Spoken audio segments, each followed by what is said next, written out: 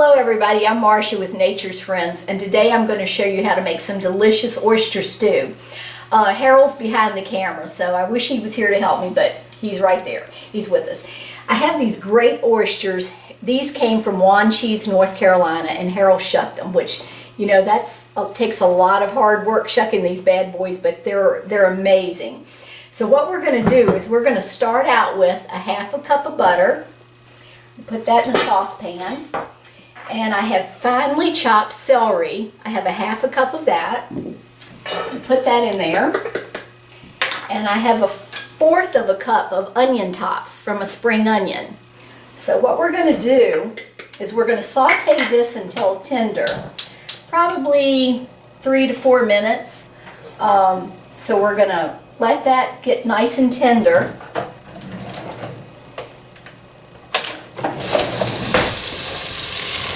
I wish people could smell that. Mm-hmm. It's wonderful. Now just over medium-high heat. Saute about 3 or 4 minutes. Because you don't want to overcook your oysters. You know, you definitely don't want to overcook your oysters, so you put them after these get tender. When I was a little girl, I never ate the oysters out of my stew. Mom and Dad always gave us, my brothers and I, the broth with the crackers, but I had to acquire a taste for these oysters, but now I love them. I can't get enough of them. Whenever we go to the Outer Banks, the first thing you have to do is go by an oyster place and get a couple of dozen steamed oysters, and she sits there and knocks them out. Well, the time of my life was when we lived at the beach, and they came in locally, and Harold would sit in the backyard. We'd sit by the chimenea, and he would feed them to me in hot butter, and I just thought I was the queen. But it was some great times at the Outer Banks. But there we go. It's been about 3.5 minutes. And now what we're going to do, cut our heat back a little bit. And we have our oysters here, and look at all of that broth. Now this was all good juice from where he shucked them. And these oysters came from what? The Pamlico Sound, Harold? Pamlico Sound. Pamlico Sound in North Carolina. And they have their own saltiness to them, which they're wonderful, wonderful oysters. So what we're going to do is we're going to put these in here.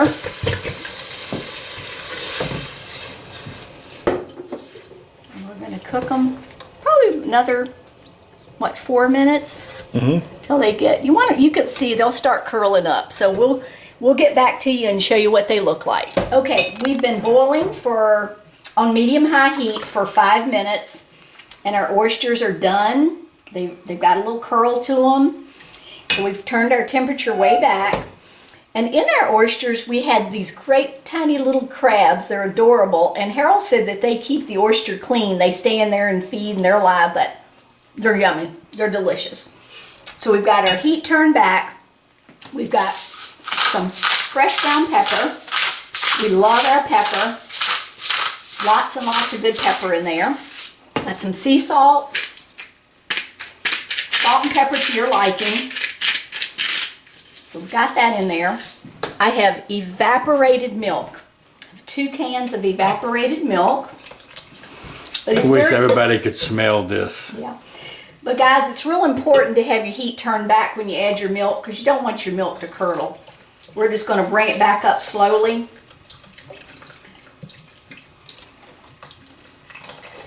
We've got 2 cans of evaporated milk.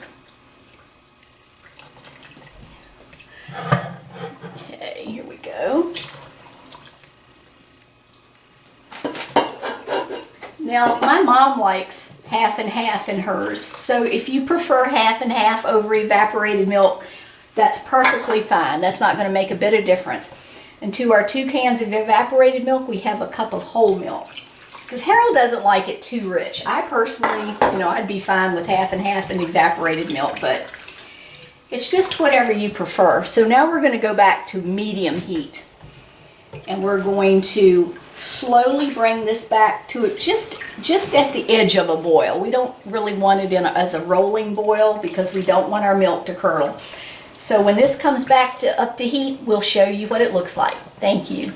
Okay, I cooked it a couple more minutes. I want you guys to look at this. Harold, can you see? And that spring onion and the celery just gives it a wonderful flavor. So we're gonna have a little taste here.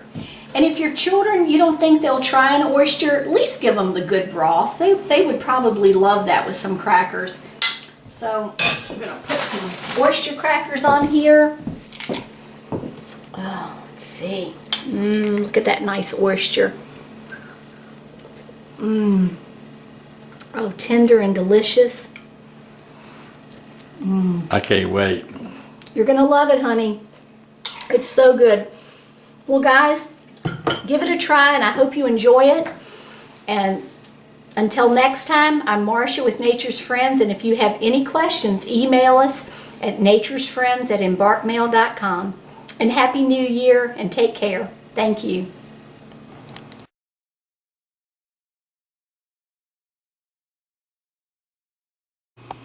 Hello, everybody. No.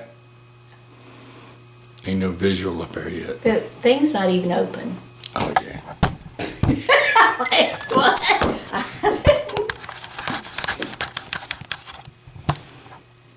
Yeah, now it is. Is it ready?